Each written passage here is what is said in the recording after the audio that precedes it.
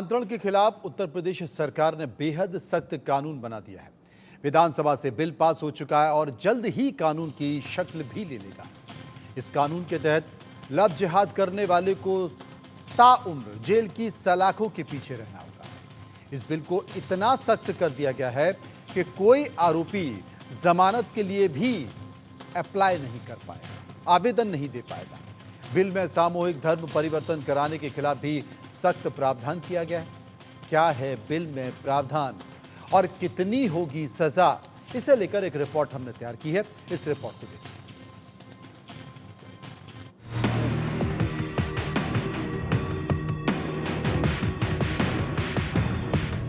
UP में love जिहाद के दोषी अब ताउम्र जेल में रहेंगे। साथ ही 5 लाख रुपए तक का जुर्माना भी भरना होगा। प्रदेश की विधानसभा ने लव जिहाद विरोधी बिल को पास कर दिया। अब इस बिल में धर्म परिवर्तन के लिए विदेशों से होने वाली फंडिंग रोकने के लिए भी सजा को सख्त किया गया है।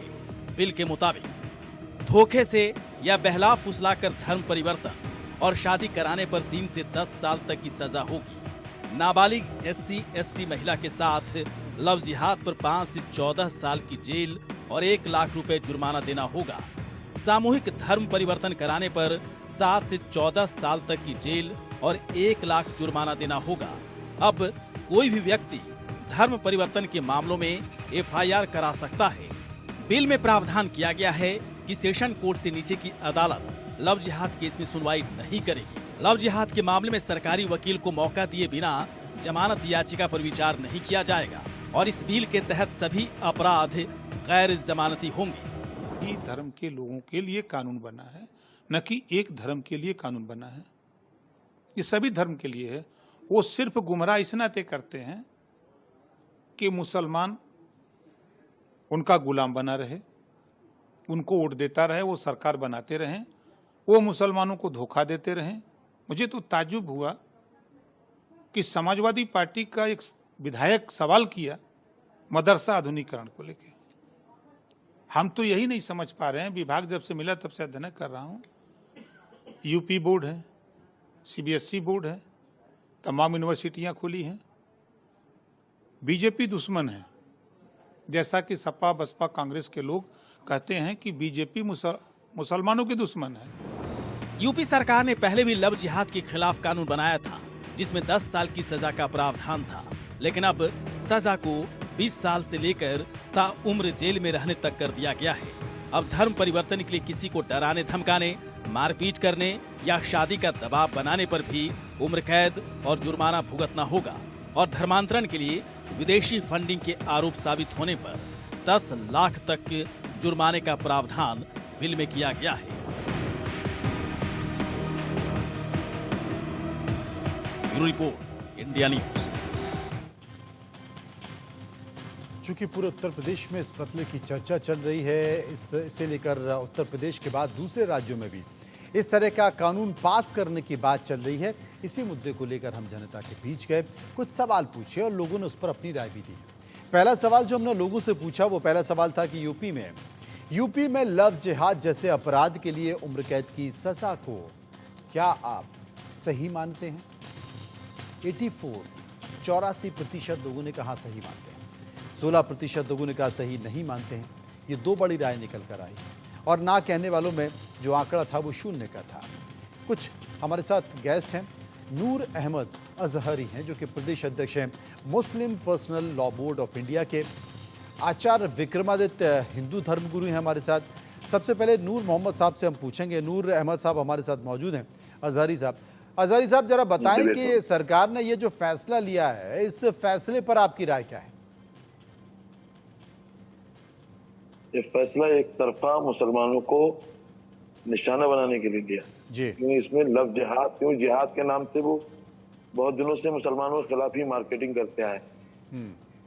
तो उन्होंने लव जिहाद जोड़ के, जैसे होता भी आया है कि अगर मुस्लिम लड़की किसी हिंदू लड़के के साथ अगर भागती है या शादी करती है तो उसको घर वापसी कहते हैं ये लोग। और अगर मुसलमान लड़का कोई हिंदू लड़की ले आता है तो उसको धर्मांतरण कहते हैं, जबरन धर्मांतरण कहते हैं, उस पर बहुत सारी बातें, यहाँ तक कि मुसलमान लड़की, बहुत सारी लड़की भागी हैं या उन्हें बहला फुसला कर ले जाया गया है। और मैं तो ये अगर भाग रही हैं, बालिग हैं, तो जानबूझ के जा रही हैं। तो अगर परिजन थाने भी गए हैं तो उनकी बहुत जिम्मेदारी के साथ कह रहा हूं मैं कि उनकी रिपोर्ट नहीं लिखी गई थानों में। आप देखिए अशोक चौहान के ने क्या कहा कि मुसलमानों की लड़की ले आओ और हम तुम्हें इतना इतना इनाम देंगे। क्या वो अंडरग्राउंड कितना गेम खेल रहे हैं किसी को बताने की जरूरत नहीं है। अब ये तो समझ में नहीं आ रहा। आचार्य विक्रमादित्य हमारे साथ मौजूद हैं। आचार्य साहब, इधर से आवाज आती है कि ये गेम खेल रहे हैं, उधर से आवाज आ रही है कि आप लोग गेम खेल रहे हो। ये गेम खेल कौन रहा है?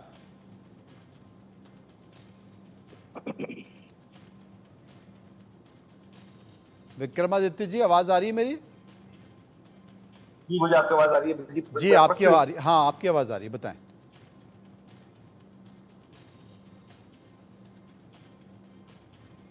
विक्रमादित्य जी का नेटवर्क थोड़ा सा गड़बड़ आ रहा है। जी, मेरे को आवाज आपकी आ रही है। बताइए मुझे क्या आ गई विक्रमादित्य जी, आ गई बताएं।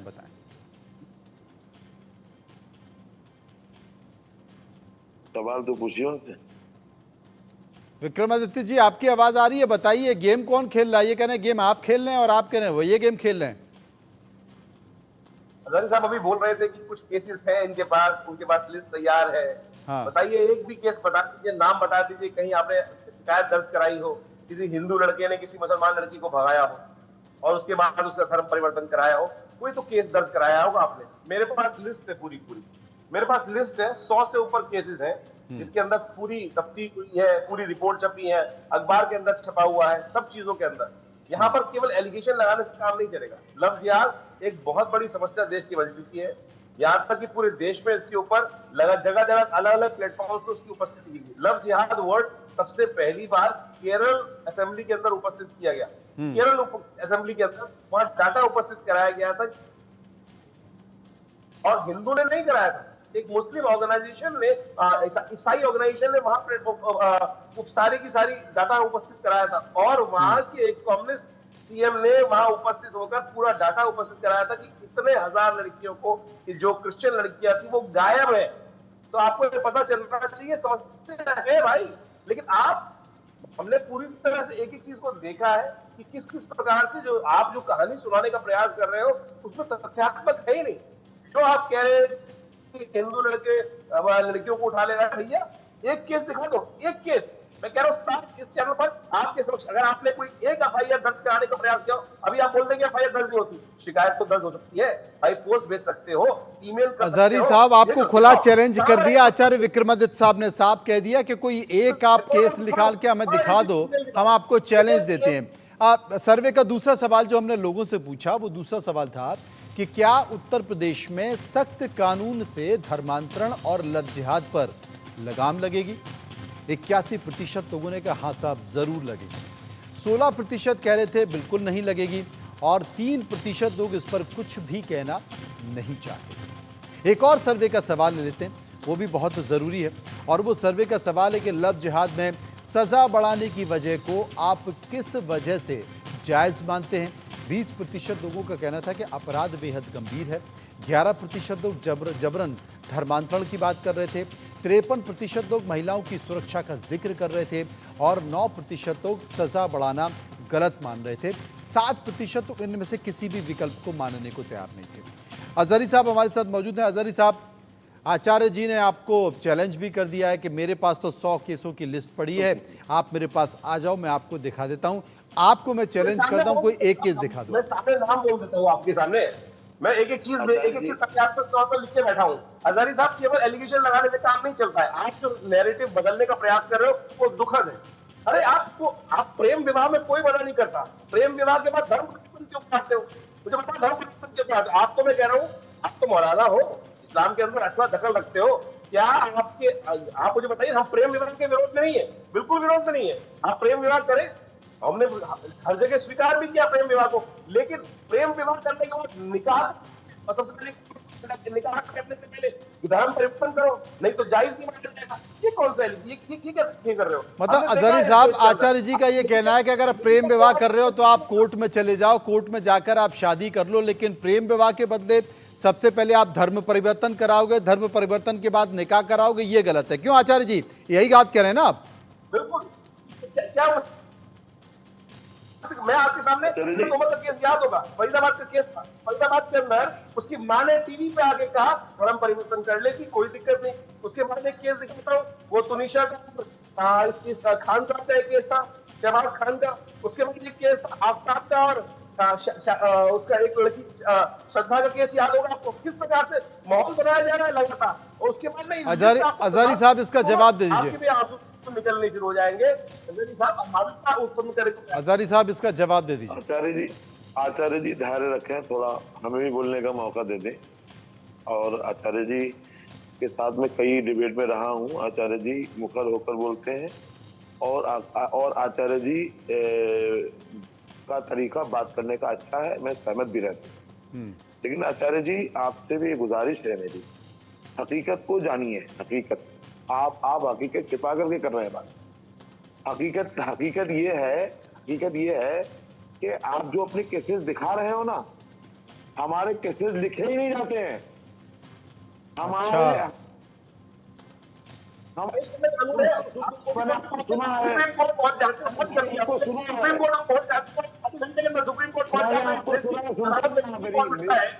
अच्छा अजहरी साहब, आचार्य जी मैं आपको रोकना चाहता हूं। अजहरी साहब, आपने एक बड़ा आरोप लगाया है कि हमारे केस लिखे ही नहीं। आजकल तो सबसे बड़ी बात है, आप मेल आईडी खोलो। अरे सुन तो लो, अरे आप पहले बात सुन लो, आप बात सुन लो, मेरी बात सुन लो ना। ये मदरसों की शिक्षा की बात नहीं हो रही, बात सुन लीजिए, पहले मेरी बात सुन लीजिए। आज तो बड़ा अच्छा सा सिस्टम है कि आपने किसी भी थाने का या किसी भी ज़िले का मामला है, वहाँ के एसपी का, वहाँ के एसएचओ का मेल आईडी निकाला, उसमें अपनी कंप्लेंट भेज दी। तो आपने कोई कंप्लेंट तो की होंगी, शिकायतें तो की होंगी ना, मेल तो किया होगा, वही आचार्य जी को दे दीजिए। क्यों आचार्य जी, ठीक बोल रहा हूँ ना मैं? दे दूंगा मैं आचार्य जी को। बरेली के बाबा को याद करो ना, मौलाना तौकीर रजा साहब ने कहा था कि हाँ, डीएम साहब से इजाजत मांगी थी कानूनी तौर से। और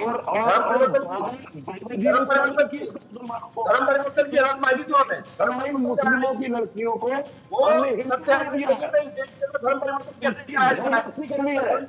हिंदू रीति रिवाज के हिसाब से ये क्या है? ये एक तरफा होगी, कानून साजी करोगे लोकतांत्रिक मुल्क में। ये जो एक नैरेटिव सेट कर रहे हो आप, मुसलमानों को मतलब मुसलमानों के खिलाफ हिंदू समाज को बरगलाने का, ये किसी से छिपा हुआ नहीं है। चलिए एक सवाल और ले लेते हैं, फिर मैं आचार्य जी के पास आऊंगा, क्योंकि बड़ी बात कर दी है अजहरी साहब ने, बड़ी बात कर दी। और वो अगला सवाल है कि क्या लोकसभा चुनाव के बाद बीजेपी हार्डकोर हिंदुत्व वाले मुद्दे पर ज्यादा जोर दे रही है? 70% लोगों ने कहा हाँ, 24% लोगों ने कहा ना, और 6% लोग कुछ भी कहना नहीं चाहते थे। आचार्य हमारे साथ मौजूद हैं। आचार्य विक्रमादित्य जी, अजहरी साहब कह रहे हैं कि आप एक नैरेटिव सेट कर रहे हो और बीजेपी भी एक नैरेटिव सेट कर रही है। देखिए भाई साहब, इतना मानवता के हथियारे हैं। एक मैं बताऊंगा, एक छोटी सी लड़की जिसको अभी जो बिल्कुल आप 17-18 साल की, जो मानवता के हथियारे बोल रहे हो, उसका ब्रेन वॉश किस प्रकार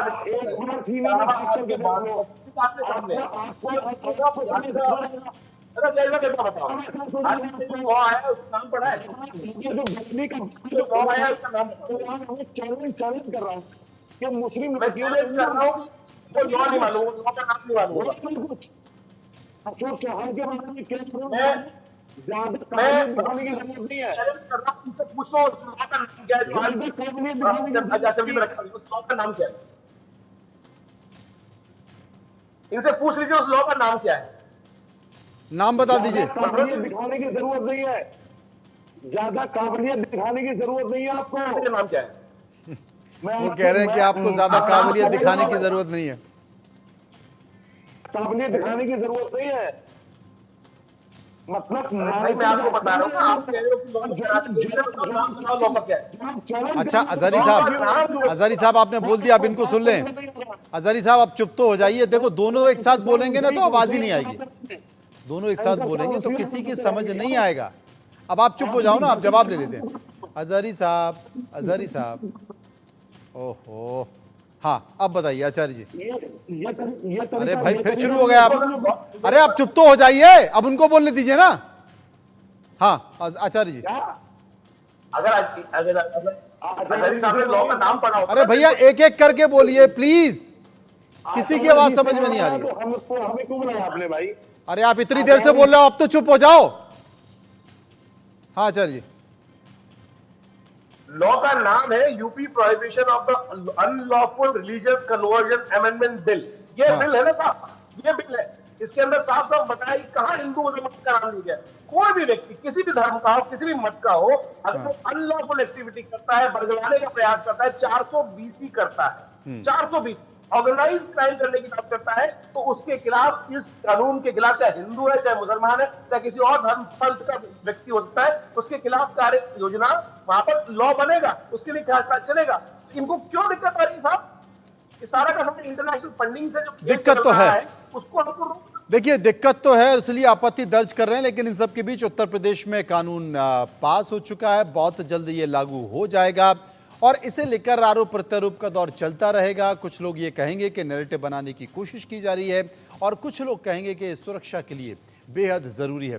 शुक्रिया करूंगा मैं सभी लोगों का जो मेरे साथ इस मामले पर बने हुए थे। फिलहाल इस पूरे मामले पर लगातार हम चर्चा कर रहे थे, क्योंकि लगातार इसकी चर्चा भी हो रही है और देश के दूसरे राज्यों से इस मुद्दे को लेकर मांग भी उठने लगी है।